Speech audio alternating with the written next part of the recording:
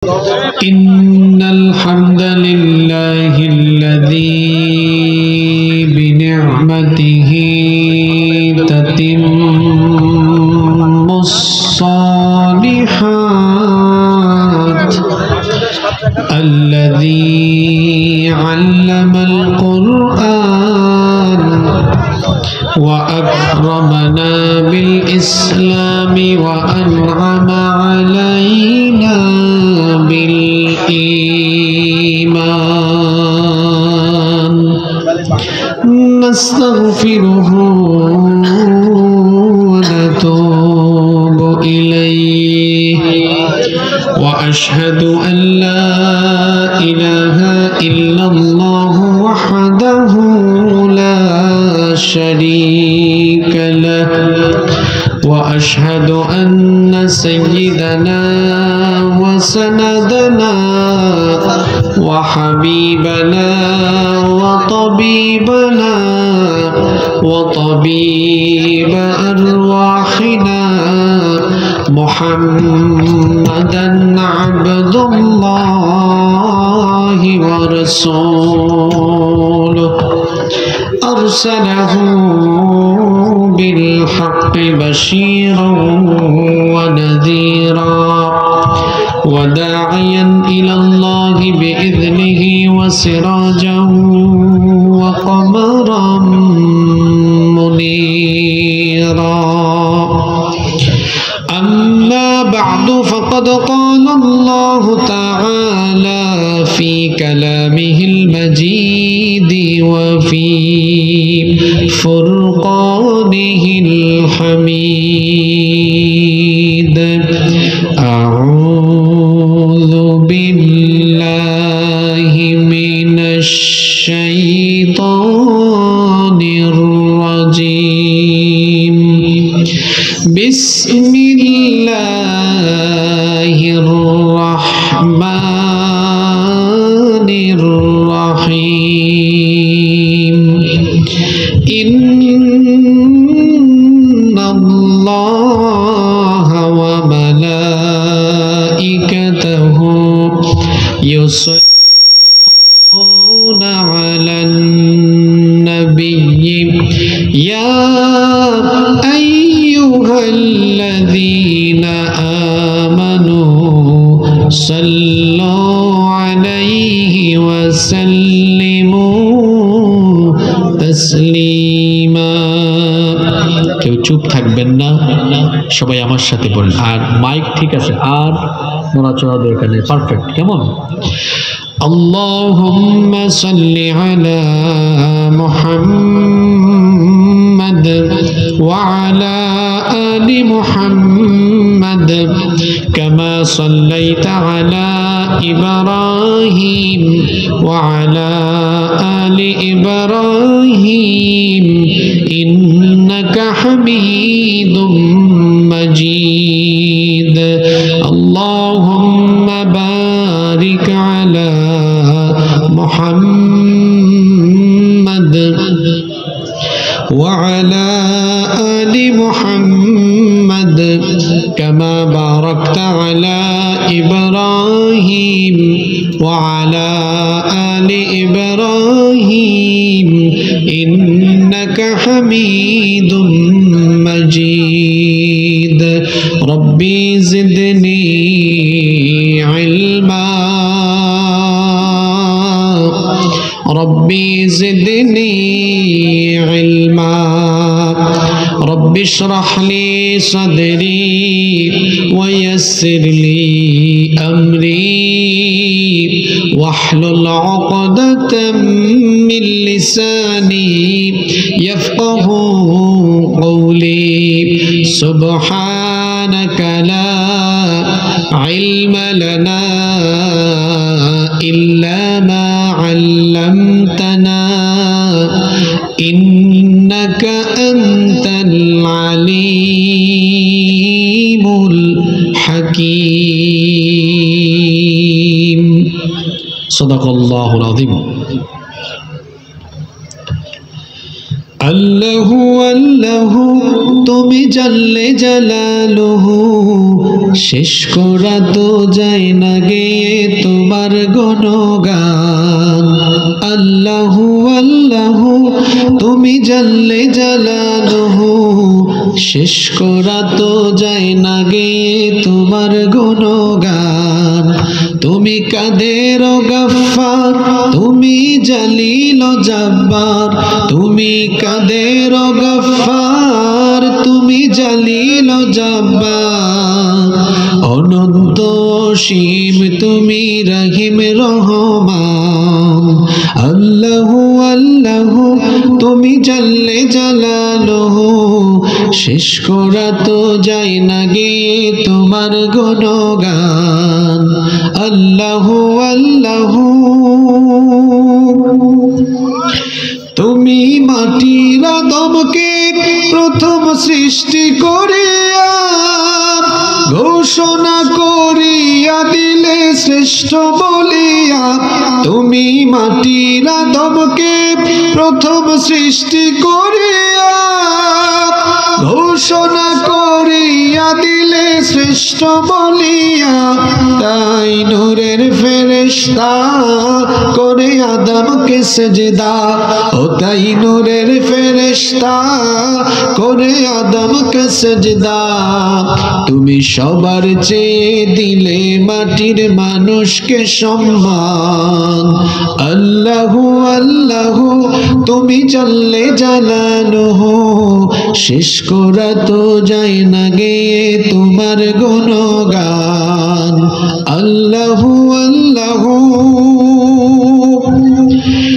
শিশু মুসা নবীরে যখন দুশমনের ডরে সিন্ধুকে ভরিয়া দিলে ভাষায় সাগরে শিশু মুসা নবীরে যখন দুশমনের ডরে সিন্ধুকে ভরিয়া দিলে ভাষায় সাগরে প্রাণে ছিল যাহার ভয় সেথায় পেল সে আশ্রয় প্রাণে ছিল যাহার ভয় সেথায় পেল সে আশ্রয় সেই দুশমনেরই হাতে তাহার বাঁচাইলে প্রাণ আল্লাহু আল্লাহু তুমি জাল্লে জালালুহু শেষ করা তো যায় না গে তোমার গুণগান আল্লাহু আল্লাহু তুমি জাল্লে জালালুহু শেষ করা তো যায় না গে তোমার গুণগান তুমি কাদের গফফার তুমি জলিল জব্বার তুমি কাদের গফফার তুমি জলিল জব্বার অনন্ত অসীম তুমি রহিম রহমান আল্লাহু আল্লাহু তুমি জাল্লে জালালুহু শেষ করা তো যায় না গে তোমার গুণগান আল্লাহু আল্লাহু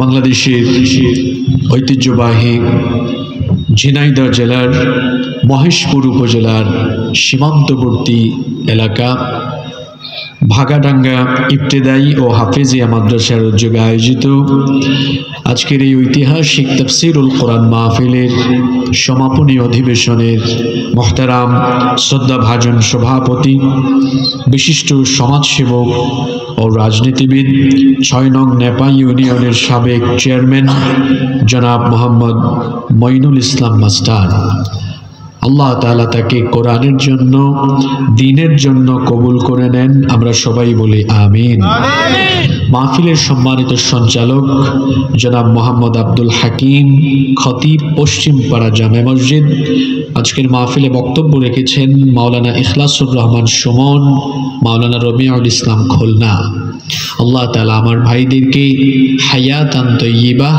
সিহহাতান কুল্লিয়া দান করেন। আমরা সবাই পড়ি আমিন।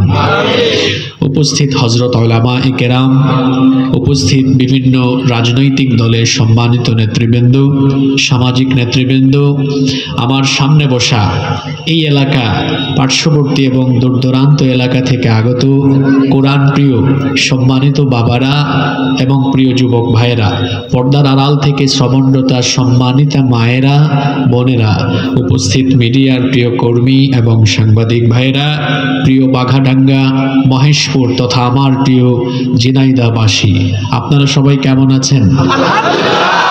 আলহামদুলিল্লাহ, আমি আল্লাহর রহমতে ভালো আছি। আমাদের সবাইকে সুস্থতার সাথে বাঁচিয়ে রেখে আজকের এই সুন্দর, বরকতময়, নান্দনিক এবং জান্নাতি এই আয়োজনে আমাদেরকে শামিল হওয়ার তৌফিক যিনি দান করেছেন, গলার আওয়াজ বড় করে সবাই বলেন তো তিনি কে? সেই মহান রবের জন্য হৃদয়ের সবটুকু ভালোবাসা, আবেগ, অনুভূতিকে উজাড় করে দিয়ে খুশি মনে প্রাণবন্ত আওয়াজে উচ্চ কণ্ঠে কালিমাতুশ শুকর আদায় করে আমরা সকলেই পড়ছি আলহামদুলিল্লাহ। অসংখ্য অগণিত দুরুদ এবং সালাম পেশ করছি খাতামুন নবিয়্যিন, আশরাফুল আম্বিয়া ওয়াল মুরসালিন, রাহমাতাল লিল আলামিন, নবিয়ুনা ওয়া সাইয়্যিদুনা ওয়া কুদওয়াতুনা মুহাম্মাদুর রাসূলুল্লাহ সাল্লাল্লাহু আলাইহি ওয়াসাল্লামের প্রতি, যাকে আল্লাহ তাআলা আমাদের হেদায়েতের জন্য প্রেরণ করেছেন। আল্লাহুম্মা সাল্লি আলাইহি আল্লাহুম্মা বারিক আলাইহি। প্রিয় মহেশপুরবাসী, সময় তো ফুরিয়ে যাচ্ছে, সময় চলে যাচ্ছে। আমরা অপ্রাসঙ্গিক কথা বলে সময় নষ্ট করতে চাই না।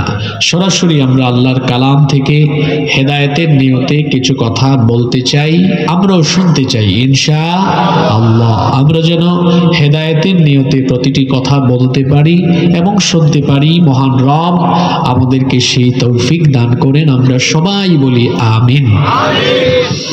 সম্মানিত উপস্থিতি, এই পৃথিবীতে আমাদেরকে যিনি পাঠিয়েছেন, সবাই একবার গলার আওয়াজ বড় করে বলেন তো তিনি কে? সে আল্লাহ তাআলা আমাদেরকে সৃষ্টি করেই তার দায়িত্ব শেষ করেননি। পৃথিবীতে আমরা কিভাবে চলব, আমাদের জীবন চলার দিক নির্দেশনা বা পথ নির্দেশনা হিসাবে আল্লাহ তাআলা একটি কিতাব দিয়েছেন। সেই কিতাবের নাম হলো মহাগ্রন্থ আল কোরআনুল কারীম। এই কোরআনের দেখানো পথে যারা চলে তারা হচ্ছে আল্লাহর বাধ্যগত, আল্লাহর অনুগত বান্দা বা মুমিন। আর এই কোরআনের দেখানো পথ থেকে যারা বিচ্যুত হয় তারা হচ্ছে সীমালঙ্ঘনকারী, তারা হলো পাপী, তারা হলো গুনাহগার। পৃথিবীতে মানুষ যে গুনাহ করে, এই গুনাহগুলো দুই প্রকারের হয়ে থাকে। প্রথম প্রকার হচ্ছে কবিরা গুনাহ, দ্বিতীয় প্রকার হলো সগীরা গুনাহ। সবাই বলেন তো দেখি, গুনাহগুলো কয় প্রকারের হয়ে থাকে? দুই প্রকারের, কবিরা এবং সগীরা। তবে আমাদেরকে মনে রাখতে হবে, গুনাহ কিন্তু গুনাহই, সেটা বড় হোক আর ছোট হোক। তাহলে প্রশ্ন হতে পারে, একটার নাম কবিরা আরেকটার নাম সগীরা কেন? পার্থক্যটা কোথায়? পার্থক্য হলো, কবিরা গুনাহে লিপ্ত কোনো ব্যক্তি যদি তওবা না করে মারা যায়, এই ব্যক্তির চূড়ান্ত শাস্তি হলো জাহান্নাম। এবং কবিরা গুনাহ হলো এমন, এই গুনাহে লিপ্ত ব্যক্তি ধীরে ধীরে ঈমান থেকে বের হয়ে যায়। কবিরা গুনাহগারদের উপরে আল্লাহ, ফেরেশতা, এমনকি নবী রাসূলগণ লানত করেছেন। সগীরা গুনাহ এটাও গুনাহ, কিন্তু এটা কবিরা গুনাহের মতো অতটা মারাত্মক পর্যায়ের নয়। সগীরা গুনাহ এটা মাফ করার জন্য আল্লাহ একটা সুন্দর সিস্টেম দিয়েছেন। কেউ যদি নিজেকে কবিরা গুনাহ থেকে হেফাজত করতে পারে, তাহলে এই ব্যক্তি শয়তানের ধোকায় ভুলবশত যদি সগীরা গুনাহ করেও ফেলে, নেক আমলের মাধ্যমে আল্লাহ তার সগীরা গুনাহ মাফ করে দিবেন। সুবহানাল্লাহ, সবাই পড়বেন না? এটা কি আমার বানানো কথা? কোরআনুল কারীমের 4 নম্বর সূরা সূরাতুন নিসা এর 31 নম্বর আয়াতে রব্বুল আলামিন বলছেন, ইন তাজতানিবু কাবাইরা মা তুনহাউনা আনহু নুকাফির আনকুম সাইয়্যাতিকুম ওয়া নুদখিলকুম মুদখালান কারীমা। আল্লাহ তাআলা বলছেন, তোমাদেরকে যে সকল কবিরা গুনাহ থেকে নিষেধ করা হয়েছে, সে সকল কবিরা গুনাহ থেকে যদি তোমরা নিজেদেরকে বাঁচাতে পারো, হেফাজত করতে পারো, তাহলে তোমাদের সগীরা গুনাহের মাধ্যমে, তোমাদের সগীরা গুনাহগুলো নেক আমলের মাধ্যমে মাফ করে দিয়ে তোমাদেরকে সম্মানজনক স্থান অর্থাৎ জান্নাতের মেহমান যিনি বানিয়ে দিবেন তিনি কে? শর্ত হলো কবিরা গুনাহ থেকে বাঁচতে হবে। কবিরা গুনাহ থেকে যদি আপনারা নিজেকে বাঁচাতে পারেন, নেক আমলের মাধ্যমে আল্লাহ সগীরা গুনাহ মাফ করে দিবেন। সুবহানাল্লাহ। নেক আমলের মাধ্যমে কিভাবে সগীরা গুনাহ মাফ হয়? কয়েকটি হাদিস আপনাদেরকে শোনাই। এই যে যখন আমরা ওযু করি, আমরা যখন নামাজের জন্য, কোরআন তেলাওয়াতের জন্য আমরা যখন ওযু করি, ওযুর পানি যখন আমরা আমাদের অঙ্গ প্রত্যঙ্গে ব্যবহার করি, ওযুর পানি যখন আমাদের অঙ্গ প্রত্যঙ্গ গড়িয়ে গড়িয়ে পড়ে, ওযুর পানির সাথে আমাদের সগীরা গুনাহ ঝরে ঝরে ঝরে পড়তে থাকে। আবার দেখুন 5 ওয়াক্ত নামাজ, এটা সবচাইতে বড় নেক আমল। আল্লাহর নবী সাহাবীদেরকে একদিন বললেন, ও আমার সাহাবীরা, তোমাদের কারো বাড়ির সামনে, কারো ঘরের সামনে যদি নহর থাকে, পুকুর থাকে, খাল থাকে, সেখানে যদি সেই নহরে কেউ প্রতিদিন 5 বার গোসল করে, তাহলে কি তার শরীরে কোনো ময়লা থাকবে নাকি? সাহাবীরা তখন বললেন, ওগো আল্লাহর নবী, এইভাবে যদি প্রতিদিন 5 ওয়াক্ত 5 বার কেউ সেই নহরে গোসল করে, তাহলে তো শরীরে ময়লা থাকার কথা না। আল্লাহর নবী তখন বললেন, 5 ওয়াক্ত নামাজের উদাহরণ হলো তাই। যদি কোনো ব্যক্তি প্রতিদিন 5 ওয়াক্ত নামাজ যথাযথভাবে আদায় করে কবিরা গুনাহ থেকে যদি বেঁচে থাকে, 5 ওয়াক্ত নামাজের মাধ্যমে তার সারা দিনের সব সগীরা গুনাহগুলোকে আল্লাহ মাফ করে দিবেন। আবার দেখুন আরেকটি হাদিস আপনাদেরকে শোনাই। দুরুদ হলো একটি লাভজনক আমল। আপনি যখন নবীর উপরে দুরুদ পড়বেন, নেকি হওয়ার পাশাপাশি আমলনামা থেকে সগীরা গুনাহ যিনি ডিলিট করে দিবেন, গলার আওয়াজ বড় করে সবাই বলেন তিনি কে? আল্লাহ নবী বলেছেন, মান সাল্লা আলাইয়া সালাতান ওয়াহিদাতান সাল্লাল্লাহু আলাইহি 10 সালাওয়াত। আল্লাহ নবী বলেছেন, যে ব্যক্তি আমার উপরে একবার দুরূদ পড়বে, আল্লাহ ওই ব্যক্তির উপরে 10 বার রহমত নাজিল করবেন। সুবহানাল্লাহ। শুধু তাই নয়, ওয়া হুত্তাত আনহু 10 খতিআত। যে ব্যক্তি আমার উপরে একবার দুরূদ পড়বে, আল্লাহ ওই ব্যক্তির আমলনামা ওপেন করে তার আমলনামা থেকে সাথে সাথে 10টা সগীরা গুনাহ মাফ করে দিবে। এই এতগুলো হাদিস আমাদেরকে কি বার্তা দিল? নেক আমলের মাধ্যমে কোন গুনাহ মাফ হয়? সবাই তো বললেন না, সবাই বলেন কোন গুনাহ? সগীরা গুনাহ মাফ হয়, তবে কন্ডিশন আছে। কন্ডিশনটা কি? কি থেকে বেঁচে থাকতে হবে? সবাই বলেন কবিরা গুনাহ। এখন সবচেয়ে গুরুত্বপূর্ণ কোয়েশ্চেন হলো, আমরা কি কবিরা গুনাহ থেকে নিজেদেরকে বাঁচিয়ে রাখতে পারি? আজকে এই সংক্ষিপ্ত সময়ে আমাদের সমাজে হর হামেশা প্রতিনিয়ত মানুষ এমন কিছু কবিরা গুনাহ করে বেড়ায়। এইরকম 5টা কবিরা গুনাহ আপনাদের সামনে আমি উল্লেখ করব।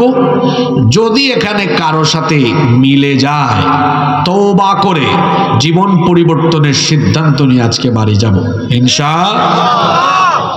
রাগ করেন না, আবার কারো কারো সাথে মিলতে পারে, রাগ করবেন? কবিরা গুনার সংখ্যা অনেক, সব তো একদিনে বলা সম্ভব নয়, কিন্তু আজকে আমরা সমাজে আমাদের চোখের সামনে পরিদৃশ্যমান যে সকল কবিরা গুনাহে, আজকে তো মাহফিলে মনে মহিলারাও আছে, মহিলা সহ সবার উদ্দেশ্যে কথা হবে, যে গুনাহগুলোতে মানুষ হর হামেশা নিজেকে শামিল করছে, এ ধরনের 5টি কবিরা গুনাহ নিয়ে আমি আজকে কথা